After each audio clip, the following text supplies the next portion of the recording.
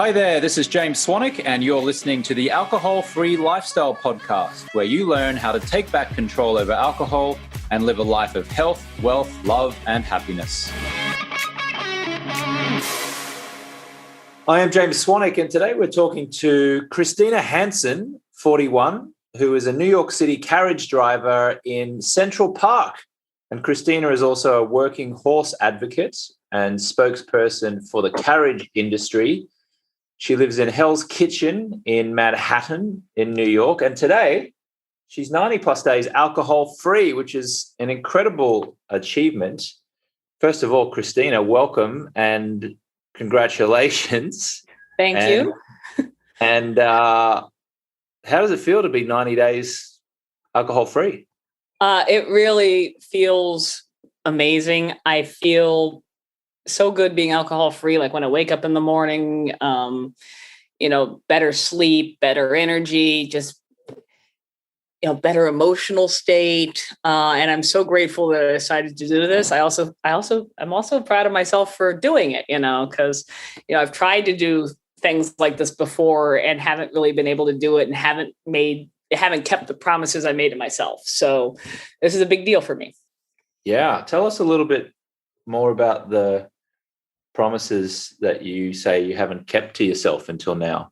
Well, I've actually been on your mailing list for like 6 or 7 years, I think. Oh, wow, really? I think I heard you on Dave Asprey's podcast like years ago. That was years ago, Christina. Yeah, that was a long time ago. Yours was one that like I kept opening periodically. I never unsubscribed, even when I cleaned out my email. So I moved to New York 9 years ago, and I really wasn't much of a drinker before then.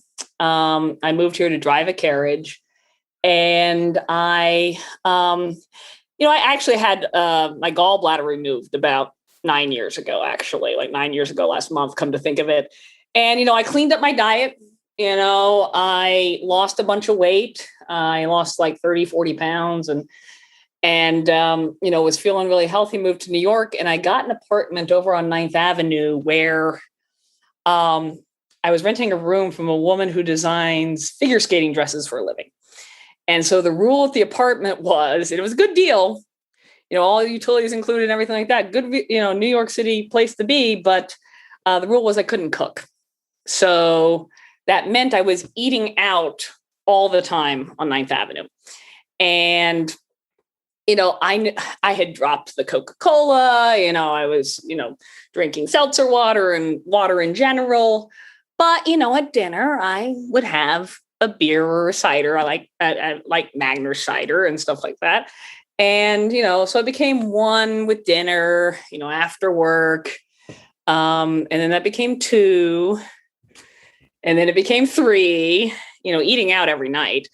And then when you got 3, then the smiling assassin buys you the 4th one, and now so it just became a daily habit that, it was like every night I was having 3 and 4 and then more out at a bar someplace in Hell's Kitchen. I have regular places in the neighborhood that didn't mind me coming in smelling like horse, after work, with the top hat and the wool coat and everything like that. And I was just a regular off in the corner. And, they'd oftentimes have my drink of choice, whether it was the glass of wine or the Magners, like there by the time I got there when I walked in. So it just was sort of a reinforcing cycle. And then, so like I said, I'd been on your mailing list thinking that I needed to not drink that much every day for a long time and just hadn't gotten around to like cut back, or I'd, have a couple of alcohol-free days a week, or I'd try to limit it to the 4 or something like that. And it just wasn't really happening. And then 2020 happened, the pandemic happened, by this point I have my own apartment now. I can cook, but the pandemic happened. We had to send all of the horses away to the farms in Pennsylvania. The entire business shut down. And I was here in New York City, which was completely locked down, with a lot of time on my hands and not a lot to do. And, so I was drinking at home in the afternoon. Then I'd go out and order, you could have takeout beverages, from places in the neighborhood. So it's like, oh, I'm supporting local business by going out and, hanging out on the sidewalk here in Hell's Kitchen. And it was a way to socialize outdoors with the regulars at the bar, So when we went back to work in October, I gained like 25 pounds last summer between like July and September. Even though I was out walking, it was the only thing to do. So I was getting some exercise, but I gained a lot of weight. I was feeling sick. I tried to blame it on the virus because I did get COVID last spring. Tried to say this was some sort of after effect of the virus. So, I have a family history of breast cancer, and when I went back to work, I did start losing a little bit of the weight, started to feel a little better, but I was still drinking a lot. It became a daily habit. It's already a daily habit, but in terms of we weren't doing a lot of business. There's no tourists here. There were no tourists here yet. So in the wintertime, I'd, decide I don't really want to go to work. I think I'll go over to my local or whatever in the afternoon. And next thing you know, the whole afternoon's gone. And I finally decided in March that I really needed to do something about it. I was tired of living like that. I was tired of feeling, like crap when I woke up in the morning. I was tired of feeling like I was wasting a lot of time that could be better spent on other things that were more important to me. I was tired of feeling sick. And, I tried to quit on my own. I'd do 3 or 4 days in a row. Fourth day, I was feeling good. Back out, to my friends at the bar, and would wake up and I was like, geez, I feel terrible the next morning, like worse than before, because you notice it then. And then another 3 or 4 days, I'd feel good again, back we were again. So that's when I, started really looking at the emails. I was still on your mailing list, after all those years, and said, I'm gonna go for it. I've got to make a change. I'm worth it. And so I signed up. I started April 1st. So. Wow. You must have received about 1,000 emails from me since. I probably did, I can, I've probably deleted some over, but I've moved other things like archives. It's like, but yeah, I've received a lot of emails, but, and a lot of them go unopened, as but, every now and again, a headline would catch me and I'd read it and I'd be like, I really should do something about this, and just had never gotten around to it. But it was always there in the back of my head, that I would feel better and be better, if I didn't drink as much or at all. I'm not drinking at all. So yeah, great about it. And what's you said that you referenced the Smiling Assassins before, just for the benefit of our listeners. Inside of Project 90, which is our quit drinking experience, I refer to anyone who offers you a drink with a smile on their face as a smiling assassin. So it can be a waiter or a waitress, or it can be a husband or a wife, or your children or friends or colleagues or acquaintances, or the host of a party who really wants to be a great host. And they're saying, hey, can I get you a drink? Hey, would you like can I get you a wine? Can I get you a beer? What would you like? And they're smiling.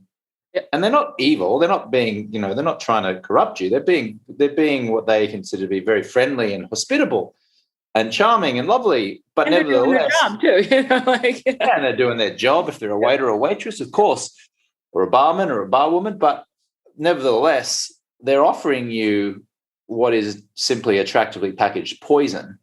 And those toxins, when you drink them, are somewhat silently killing you. And they might not be killing you physically, or it might not be obvious that it's killing you physically in the short term, but it is killing you spiritually, and it is killing your health over the long term, certainly. And it seems like you identified that, Christina.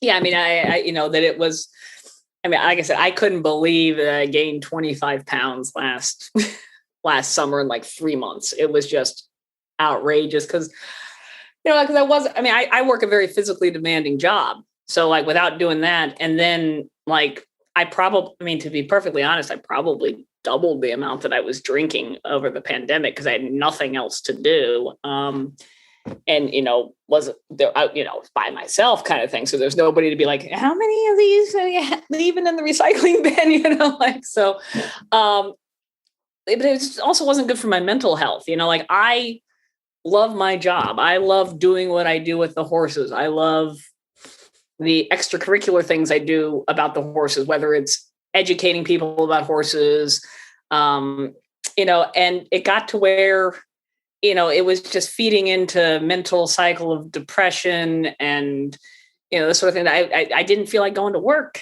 And that was the big wake up call for me, that I didn't want to do this thing that I love. So that had a lot to do with deciding that something had to be done. So, and one of the things that I've learned, in the past 90 days, as I've started to, feel better, I've got all the toxins out of my system. I'm well rested. I, feel great, that there have been some days this spring when I've been out at work in really shitty weather, it's an outdoor job, it's physically demanding, and realizing that it's actually not so bad. I can put up with the rain or the cold or the wind and stuff.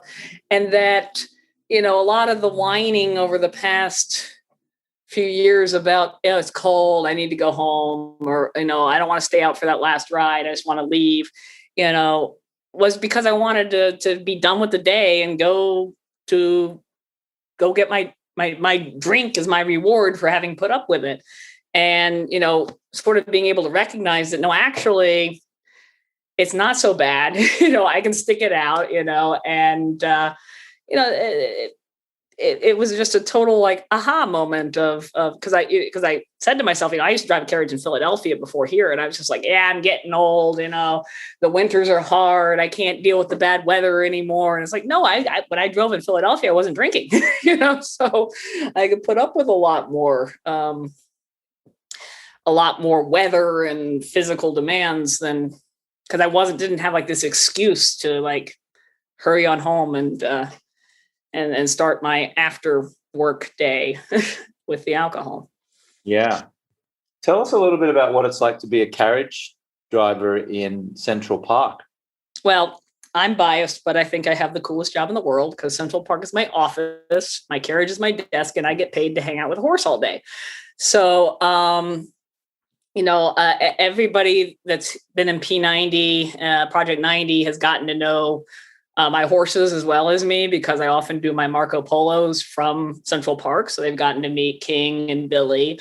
I have a third horse, Oreo, who's on vacation right now. And, I walk down to the stable here in Hell's Kitchen. I hook up the carriage and we drive up to Central Park. And then I get to meet people from all over the world and teach them the history of Central Park and show them around and show them Central Park the way it was meant to be seen. It was designed by Frederick Law Olmsted to be seen from the back of a carriage. So that's what I do. And at the end of the day, the horses can only be out of the stable for 9 hours out of the day. So it's like an 8-hour workday for them when they count their commute in Manhattan.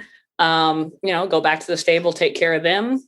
And, I've got a flexible schedule. So I am my own boss. I work with a carriage owner, which is another story. I work for a carriage owner who's also my best friend, who just 3 weeks ago passed away of cancer. And that's been a difficult thing for me, but it's his family's business. And so it's really technically his horses that I've been driving and working with. And I know that was a great shock to you, wasn't it? To have your friend pass away so suddenly from cancer. It was a hard thing, he's my best friend, and he was diagnosed last year in the pandemic, so we were keeping in contact via phone and text and stuff like that, but I only saw him a couple of times in the last year, but he never, I don't think anybody really thought that this was something that was going to kill him, or if it did spread and metastasize, which is rare with this particular type of cancer, that it wouldn't, be so quick. And, it's happened, little over 2 months into my Project 90, and I am so grateful that I was not drinking, because even though it's one of the hardest things that I've ever gone through in my life, and it was the grief and the loss, I was present for it in a way that I can't be sure that I would be if I were still drinking. A friend of mine, in the time period around his death and the funeral and everything, had said, "Hey, let me take you out for a drink. It seems like you need a drink." And I said, "The last thing I need is a drink." To be present, to feel all the feelings that I was feeling, to also be there for people that were offering their condolences and really receiving them, as opposed to being kind of shut down and not being there to listen to their stories and their memories and their condolences. I mean, and then I took the horse to the funeral, and King was there, like all the unexpected benefits of being in this program. Like I said, I've lost 20 pounds in 90 days.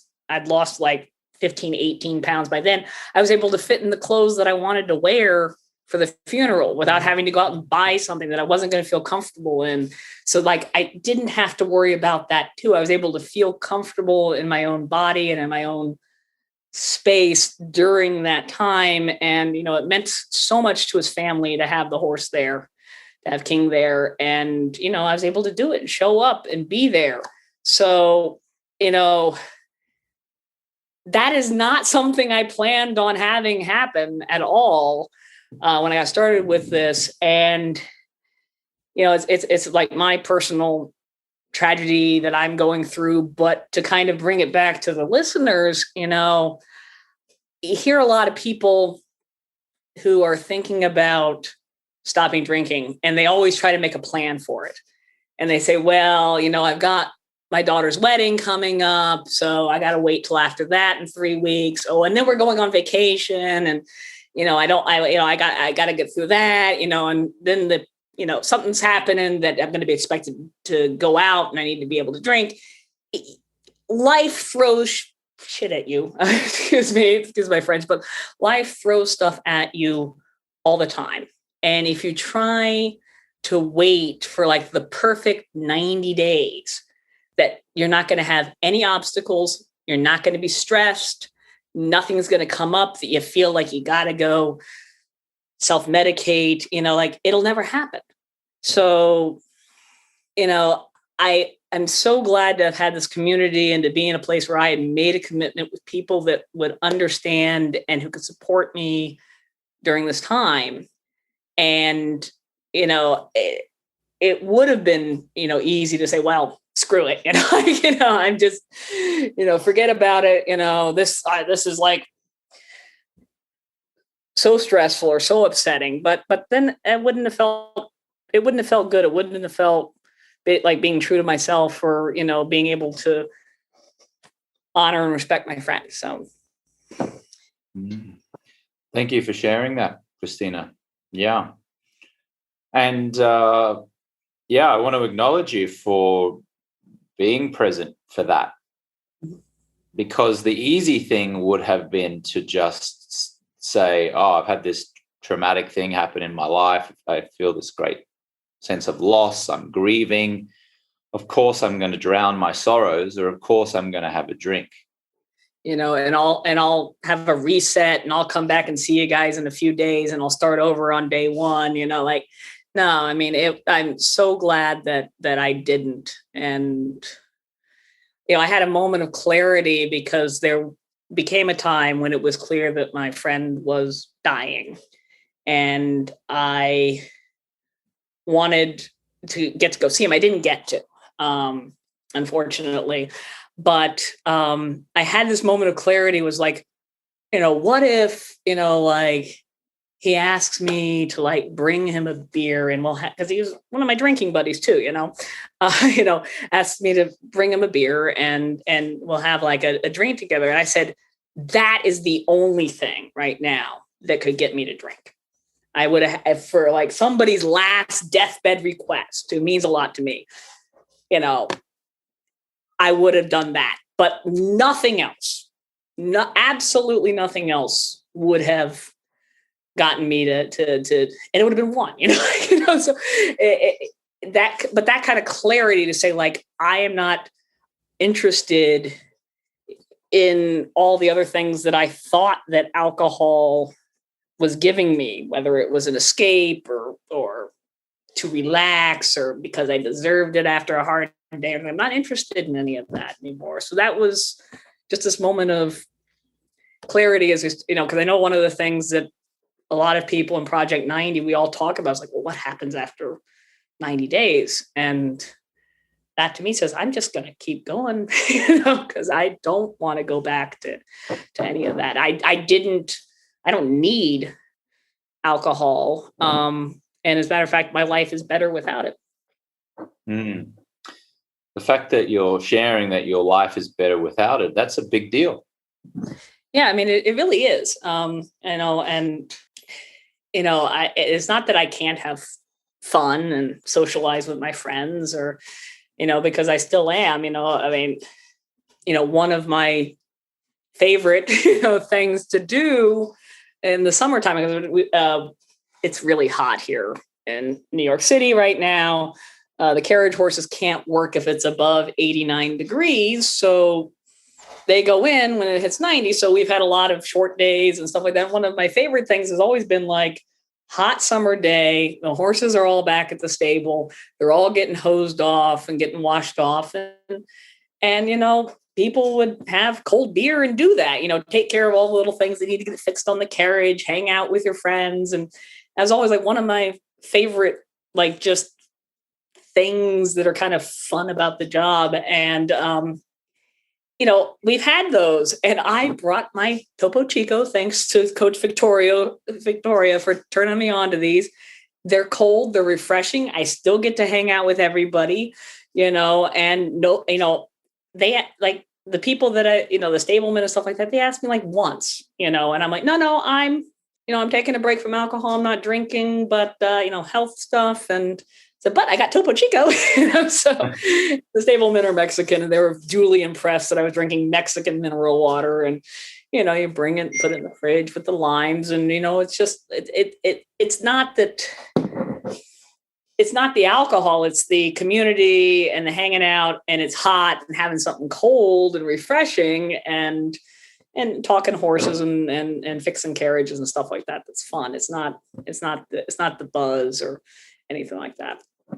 And it's interesting that your friends only offered you a drink once, and then once you politely declined it and drank your Topo Chico mineral water, they haven't come back and tried to persuade you to change your mind. Like there's been a couple of people that didn't know that, like, another time they're like, hey, I'm like, no. And they're like, and I even had my friend say, no, she's got her Topo Chico, so, but these are my coworkers and friends and stuff like that. They're not just kind of superficial friends, so it doesn't, they know me. It doesn't matter to them. I'm not just, the friend at the bar where, like that's the whole context of the basis of our relationship.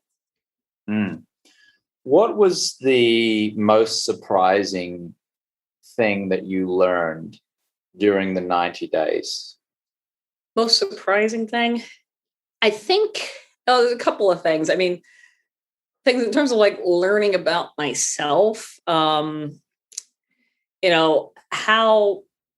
much a lot of the things that when I was drinking daily, just being, involved in like all the drama, the text messages, the Facebook comments, the stuff on Twitter, the national news. Like I check the news, but I don't like watch the news all the time, all that kind of drama and angst and stuff like that, picking fights on text message when you're sitting around on your fifth or sixth, kind of thing. I just don't care anymore. Like, it's just not important to me anymore. It's just like, and I don't mean that like an apathetic way, I mean that kind of in the more Buddhist like neutrality of it just is, I don't need to like get myself all worked up about things, a lot of things I cannot change, et cetera.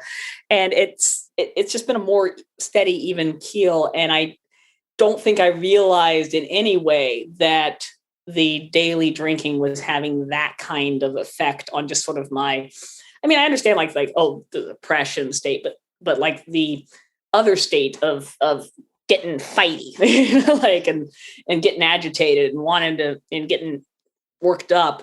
I was out at work one day pretty early on in the process, maybe about 2 weeks in, and somebody had said something on Twitter, and I was tweeting angrily back and forth and back and forth and back and forth. All of a sudden, it's like I wanted to drink. Like I had this massive craving for a drink. And I was like, what is that about? And it was the context of like, that was what I was doing when I was out at a bar, was I was arguing with people online, or, and I don't know if it was the association or if it was, it has to have been like the association of like feeling that way. And like, so that was something that I was surprised by. Yeah. So no more late night text message exchanges and Twitter. Stuff, I still keep an eye on Twitter and everything like that, and social media. Just like I'm a nicer person online. And, as a result, because of the algorithm, guess what? My Facebook feed is a much nicer place, because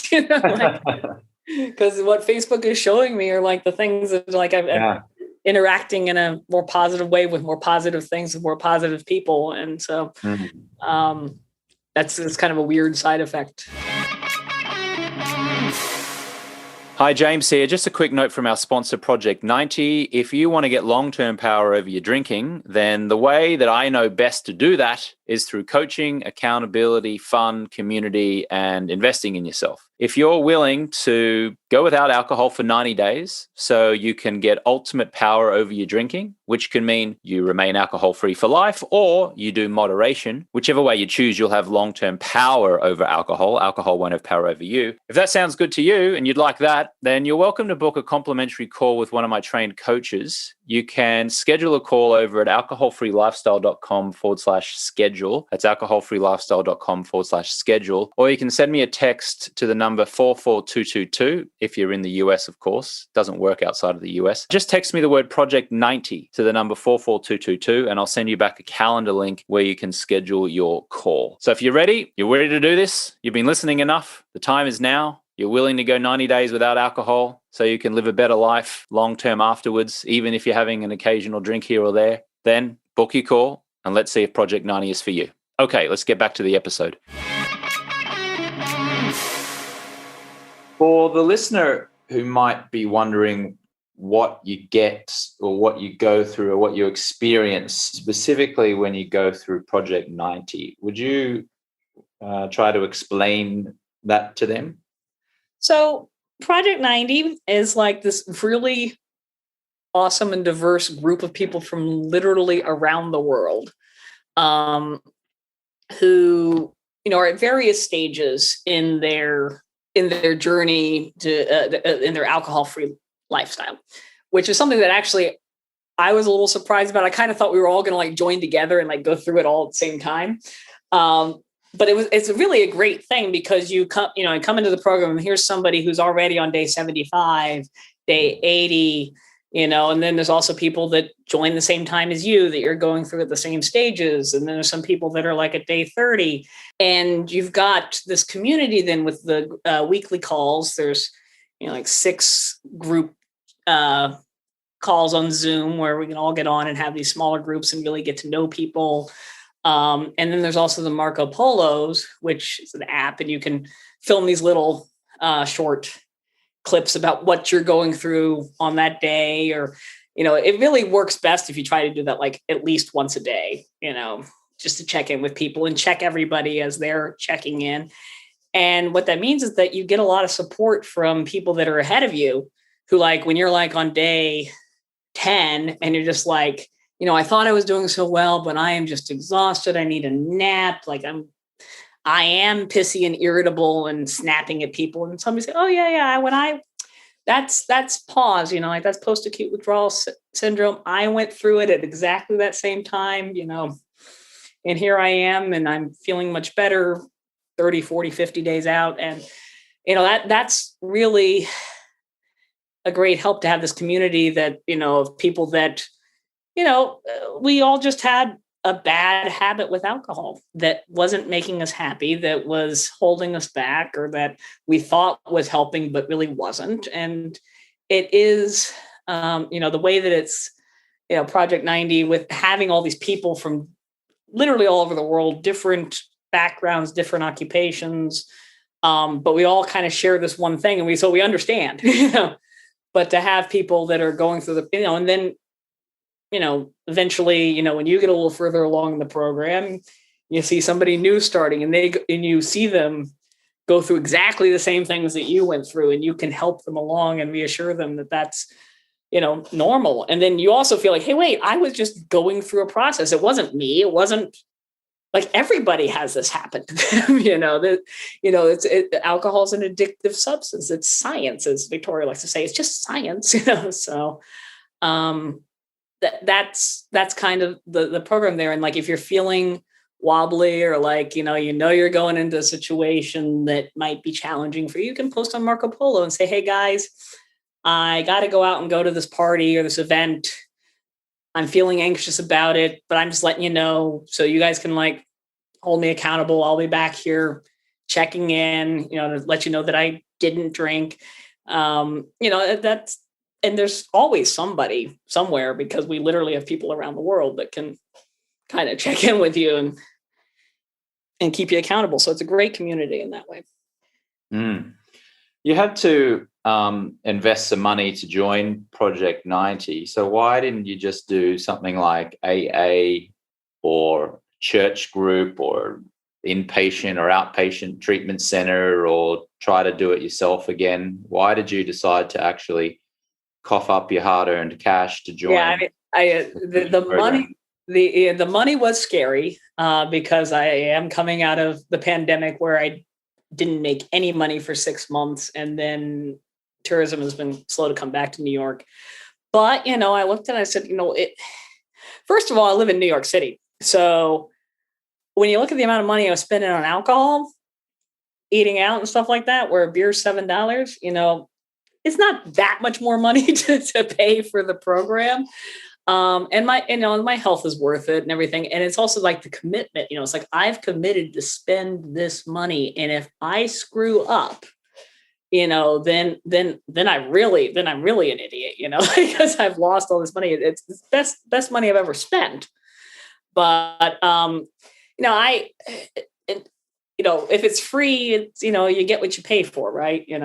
So you value it to the degree that you pay for it. In terms of like AA, I did back in March when I decided I really needed help. I did call up a friend of mine who has had his own struggles with alcohol, and he's an AA guy. And I called him up because I knew he'd understand, and he did. And I work with him, and I basically said, I need you to tell me what time I need to go to work tomorrow. Like, I need somebody to hold me accountable and tell me that I'm needed and wanted and everything like that. And he was really helpful, and I really appreciate his support and everything like that. But he wanted me to go to AA with him. And it's just not for me. I'm not a religious person. I'm not somebody who surrenders to anybody, let alone a higher power. Even if I do believe there is a higher power in the universe, I don't surrender to things like that. And it just was not the language and stuff. Even as he was being supportive and helping me, I was just like, no, I'll do it on my own. I'll do it, But then I found out I couldn't do it on my own. So I needed, I was like, well, this program, Project 90, is just so positive. It's not about labels. It's not about shame. It's about understanding the biology, the neuroscience, and what works to change habits. Because basically it's a habit. It's a bad habit, and it's a highly addictive substance, which reinforces all the, neurochemistry and stuff like that. I took a lot of science classes in college. So, I'm like, yay, dopamine, so, that stuff, if I can understand it logically about what's going on there and how to change it, that works for me a lot better to the as opposed to just like, you just have to surrender yourself and live in shame and label yourself and then hope that like, that you'll be able to stay alcohol free. That just didn't appeal to me at all. So. But sounds like you valued the accountability of, actually, paying for the program, investing in the program is a form of accountability itself, isn't it? Because yeah. Yeah. I mean, it was a painful price point, but it has been so worth it. But yeah, it was enough that I'm like, well, I can't just like ghost this program, like I gotta show up for it because I paid for it. Like I want to get my money's worth. So, so yeah, that's a form of accountability. But then just everybody in the program, showing up for them, and showing up, and because they'll, if you don't post in a couple of days, especially make a habit of like posting on Marco Polo every day, they're like, hey, everything okay? Like what happened? And that's a form of accountability too. It sounds like you could relate to the other members in the program, not just around alcohol, but maybe you saw some similarities around age demographic or profession or mindset.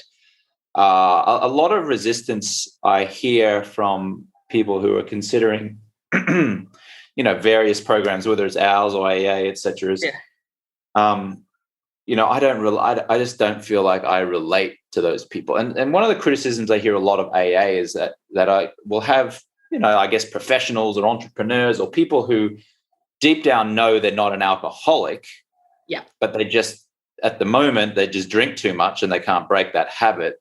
And the criticism, I guess, of AA is that they go to AA and they're hearing some stories that are just dreadful. Who are really, really struggling and maybe drug addicts and they're in shame and there's a lot of victimhood. And this is not to be accusatory to anyone, who's suffering or going through. No, it's awful. People need help because it's really, tragic how alcohol and other substances can, just ruin people's lives, lose their jobs or whatever. Lose their families, end up in jail, like it, and of course get sick and die. But, I even, being depressed, whatever, it's not at that point, I have a job, like I go to work, and if anything, as silly as it sounds in hindsight, my drinking habit was fueled by also being able to keep up with the boys. I work with a lot of middle-aged Irishmen, so, that I can go out and drink with them and keep up and quote unquote, have fun. And sort of like point of pride was, how many could I have and still show up to work on time the next morning? Because I always showed up to work on time the next morning. So, like I said, it sounds stupid now, but with that kind of mindset about it, it's like, how much is my problem really a problem? It was a huge problem for me. It's bad for my health. It was making me depressed. I wasn't getting good sleep, and I was, not being as nice or good a person as I could be, but it wasn't like ruining my life in the immediate term. So yeah, it's sort of,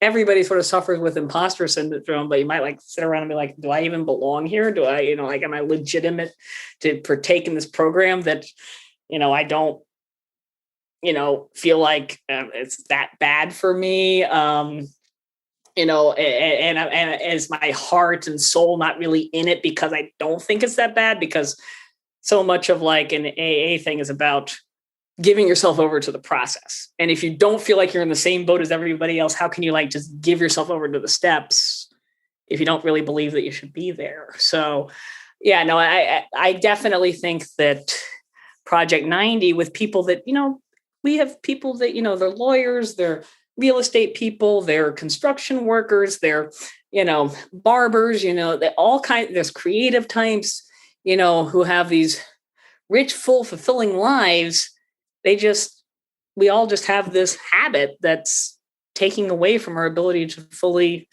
enjoy the things that we want, that we have in our lives, to be able to fully appreciate our friends and our family and our jobs and our mission, and being alcohol free and breaking that habit helps us fulfill, or at least have the potential to go fulfill those goals.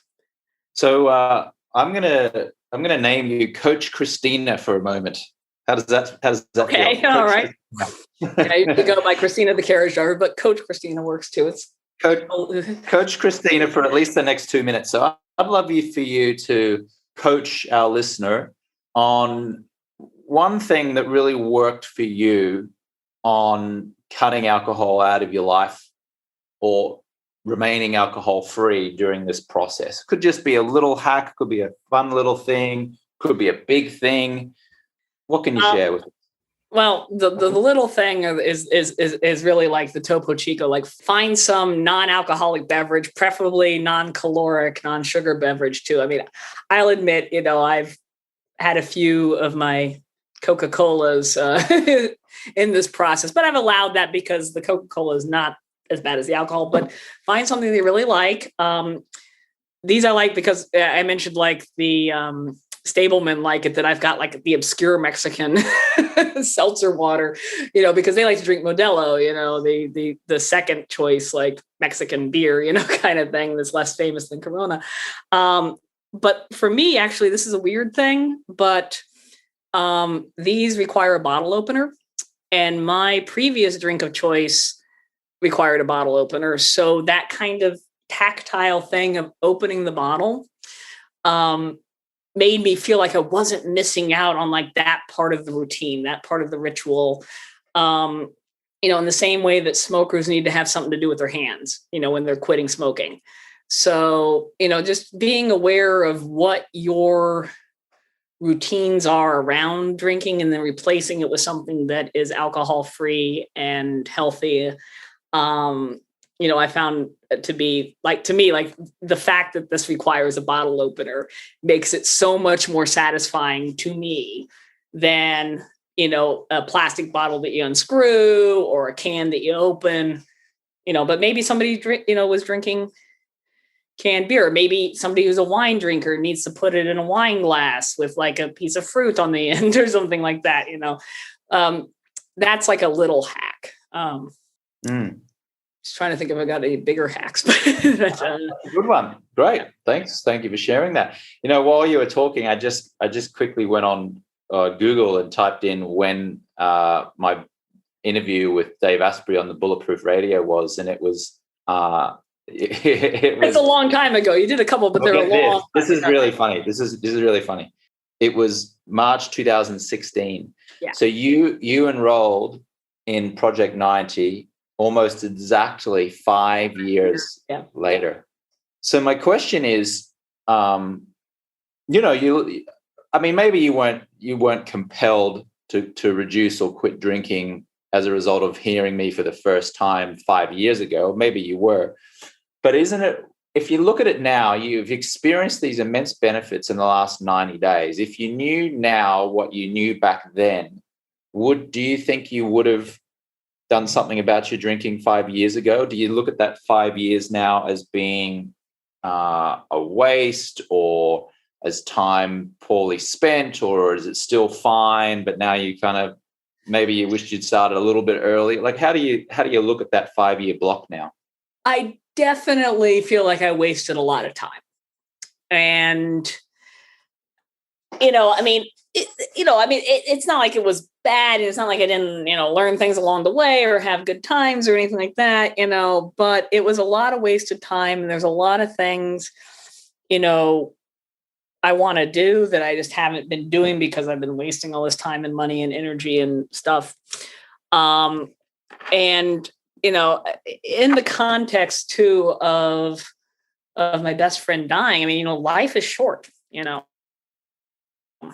can't say like, oh, I'm going to, I'll worry about it when I'm sometime in my 40s, and I'm still in my 30s. I got plenty of time, I definitely wish I had started sooner, but I don't know that I would have been in the right place to make that commitment for the 90 days. I think I probably 5 years ago would have been like, oh, I'll do like 30 days. And, to be honest with you, 30 days isn't enough. I think for a lot of people, like you can do anything for 30 days. And back earlier when I was talking about people waiting for like that perfect block of time when they're not going to have a wedding, when they're not going to have a trip, when they're not going to be moving, when they're not, you can find a month that's like that.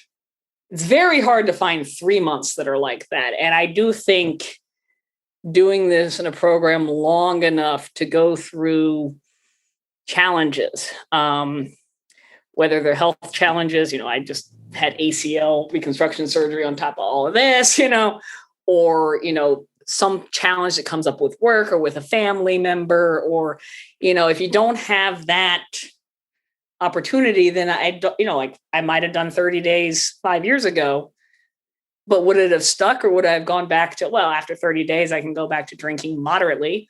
I don't know.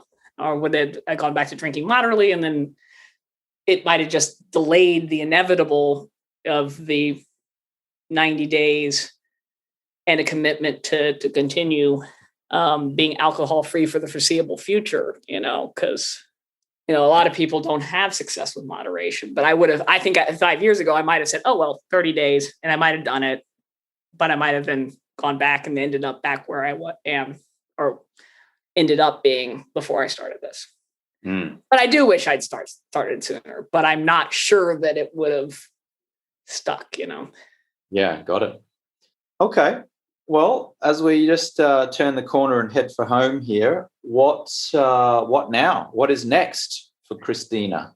I am going to continue being alcohol-free. I don't see myself as being a person that can have just one, I'm just not one of those, or two. I'm not one of those people. And I don't really have an interest in it. Like in, the 3 weeks or so that I said, I'm done with drinking, I've got to make a change. And when I actually started Project 90, where I would go 3 or 4 days and then go drink 4 or 5 beers, I felt so bad the next day. I was like, wow, that's a reminder that I don't really want to go back to that. So I do have that memory, at least, of how that made me feel. I intend to be alcohol free for the foreseeable future. And, I look forward to continuing to improve myself and get started on projects and stuff that I've put off because I've been busy wasting my evenings, with the attractively packaged poison that's everywhere. Yeah. But, Well, congratulations again, Christina, and thank you for sharing your journey with us and with our listener. Appreciate you. And I feel like you're probably going to show up even better for all of your passengers in Central Park as well. I'm sure you were already outstanding, but maybe being alcohol-free gives you... Yeah. Certainly. And incredible. Just better for everybody, better for the horse, better for passengers, better for everybody else. I mean, it's been, just a really great program and a great thing that I've done for myself. I can't, I can't imagine going through what I've gone through in the last month and still be drinking. But then, I have like plans, now to get some stuff done. Yeah. Christina, thank you so much and congratulations again. Thank you. Thanks for listening to the Alcohol Free Lifestyle podcast. I want to load you up with some free stuff right now. So if you want to go to jamesswanwick.com/guide, I will send you my Quit Alcohol Guide, which has helped 6-figure entrepreneurs and top professionals reduce or quit drinking. You can also text the word QUIT GUIDE to the number 44222 if you're in the US, of course. It doesn't really work anywhere outside of the US. But if you're in the US on your mobile phone and you'd like that guide, text the word QUIT GUIDE to the number 44222, or you can go to jamesswanwick.com/guide. If you'd like to schedule a free 15-minute call with one of my top coaches, just an exploratory call to see if or how we can help you, then you can go to jamesswanwick.com/schedule, or you can text the word Project 90 to the number 44222 if you're listening in the US on a mobile phone. That's jamesswanwick.com/schedule, or you can text the word Project 90, that's one word, Project 90, to the number 44222. Feel free to send me a direct message over on my Instagram account, which is @JamesSwanwick. You can also watch video episodes of this podcast and a series of other educational videos on my YouTube channel, which is James Swanwick 1, or you can direct message me on Facebook @James Swanwick Official. And finally, a request. Would you please now write a short review of the podcast inside of the Apple Podcast app on your phone or on iTunes on your desktop computer? Would you please give the show 5 stars and write a quick 1 or 2 sentence review? This will help the show get in front of even more listeners, potentially transforming someone's life. You can rate and review the show inside of your Apple Podcast app on your phone or over on iTunes on your desktop. Thank you so much, and I'll catch you next time.